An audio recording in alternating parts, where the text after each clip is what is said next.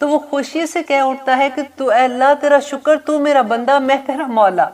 حالانکہ بات وہ الٹی کہتا ہے، لیکن وہ اتنا خوش ہوتا ہے کہ وہ اپنے جذبات پہ قابو نہیں پا سکتا. تو اللہ سبحانہ تعالیٰ کہتے ہیں کہ جس طرح سے اس بندے کو خوشی ہوئی اپنے اونٹ کو دیکھ کے، اللہ سبحانہ تعالیٰ جب اپنے بندے کو دیکھتے ہیں نا توبہ کرتے ہوئے، تو اللہ سبحانہ تعالیٰ کو اس سے بھی زیادہ خوشی ہوتی ہے. آپ کو پتہ ہے کیوں خوشی ہوتی ہے؟ کیونکہ توبہ پہ اللہ سبحانہ تعالیٰ نے اپنے اوپر واجب کر لیا ہے کہ جو توبہ کرتا ہے نا، اللہ سبحانہ تعالیٰ اس کی توبہ قبول کرتے ہیں، اور جس کی اللہ توبہ قبول کر لیتے ہیں وہ دوزخ سے بچ جاتا ہے. اللہ سبحانہ تعالیٰ اپنے بندے سے اتنی محبت کرتے ہیں کہ وہ نہیں چاہتے کہ اس کے بندے کو تکلیف ہو، اور جب بندہ توبہ کرتا ہے تو اللہ سبحانہ تعالیٰ کو کتنا پسند آتا ہے. دیکھیے کہ توبہ نہ کر کے جو نبی صلی اللہ علیہ وسلم نے کہا کہ توبہ کب قبول نہیں ہوگی.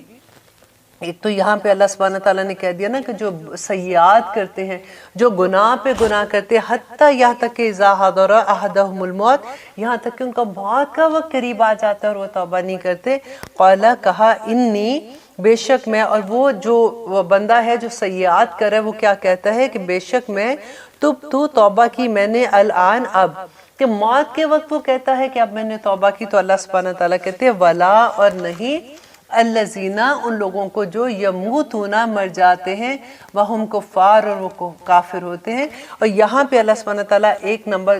پہلے پہ تو وہ کہتے ہیں نا کہ جس کے موت کا وقت قریب آ گیا اور وہ گناہوں پہ گناہ کرتا ہے. سیکنڈ وہ لوگ ہیں جو کہتے ہیں اس وقت جب وہ موت کا وقت قریب آتا ہے، وہ کہتے ہیں توبہ ہم نے کی تو ان کی بھی توبہ قبول نہیں ہوتی ہے. اور تیسرا وہ بندہ ہوتا ہے کہ جس کو موت کا وقت آتا ہے اور وہ شرک پہ مر جاتا ہے، وہ اللہ سبحانہ تعالیٰ کی پہچان کے بغیر ہی مر جاتا ہے نا، تو وہ کافر ہوتا ہے. تو اللہ سبحانہ تعالیٰ کہتے ہیں اولئک، یہی لوگ ہیں، اعتدنا، تیار کر رکھا ہم نے، لہم، ان کے لیے، عذاب، عذاب، علیما، دردناک عذاب ان کے لیے تیار کر رکھا. دیکھیں نبی صلی اللہ علیہ وسلم نے بتایا تھا کہ قیامت کی نشانیوں میں کہ جس وقت سورج جو ہے وہ مغرب سے، مشرق کے بجائے مغرب سے طلوع ہوگا، اس دن انسان کی توبہ قبول نہیں ہوگی. حالانکہ ایسا نہیں ہوگا کہ اس کے فوراً بعد قیامت آ جائے گی، اس کے بعد قیامت کے آثار ہوں گے، اس کے بعد دنیا پھر بھی رہے گی کچھ دیر کے لیے، کیونکہ وہ آخری نشانیوں میں سے ہوگا. لیکن اس نشانی کو دیکھنے کے بعد توبہ کے دروازے بند ہو جائیں گے. ہمیں کیا پتا کہ کس وقت وہ وقت آ جائے گا، کیونکہ ابھی آپ ناسا کی رپورٹ دیکھیے کہ جس میں وہ ابھی سے یہ بتا رہے ہیں کہ کس طرح سے سورج جو ہے وہ کس زمین، اور اس کے بارے میں تھا کہ زمین کس طرح سے گردش کر رہی ہے. میں نے ابھی اس کے رپورٹ ساری پڑھ رہی تھی کہ مارس و زمین جو ہے وہ ایک ہی مدار میں گردش کرتی ہے. تو ابھی انہوں نے لیٹسٹ رپورٹ دی، انہوں نے کہا کہ مارس نے دوسری طرف ڈائریکشن سے اپنی گردش سٹارٹ کر لی، اور وہاں پہ سورج جو ہے وہ مشرق کے بجائے مغرب سے طلوع ہوا ہے، اور وہاں سے جب وہ طلوع ہو رہا ہے تو باقی سیارے جو ہیں وہاں پہ بھی اسی طرح سے ہو رہا ہے، اور اگلا جو سیارہ آ رہا ہے وہ زمین ہے. تو آپ کو یو نیور نو کہ کس وقت یہ وقت آ جائے گا کہ سورج جو ہے وہ جو مشرق کے بجائے مغرب سے طلوع ہو جائے گا. ہمیں نہیں پتا کل کو ہماری آنکھ کھلتی ہے تو ہم ایک دم سے دیکھیں تو پھر توبہ کے دروازے بند ہو جائیں گے. دیکھیے اتنی آسان بات ہے جس کو حد نہیں. اللہ سبحانہ تعالیٰ، دیکھیے بعض دفعہ ہوتا ہے کہ اتنی آسان چیز ہوتی ہے لیکن ہمیں سمجھ نہیں آ رہی ہوتی نا. ہم کہتے ہیں نہیں ابھی بڑا وقت ہے، کر لیں گے، ابھی ابھی تو یہ ہماری عمر ہی کیا ہے، ابھی تھوڑے. آپ نے یہ دیکھا نا کئی دفعہ لوگ کہتے ہیں کہ بھئی ابھی نہیں، جب ہم تھوڑے بوڑھے ہو جائیں گے، ذرا اپنے فرض سے فارغ ہو جائیں گے، پھر حج کرنے جائیں گے. بالکل وہی چیز وہ بھی ہوتی ہے کہ ابھی تو ٹھیک ہے کر لیں گے توبہ، ڈیلے کرتے رہتے ہیں. لیکن توبہ کا کوئی پتہ نہیں ہوتا. دیکھیے اچانک موت کا ہمیں نہیں پتا کہ کس کی زندگی کتنی ہے، کس کا وقت کون سا آیا ہوا ہے. ہم گھر سے باہر نکلے، اللہ نہ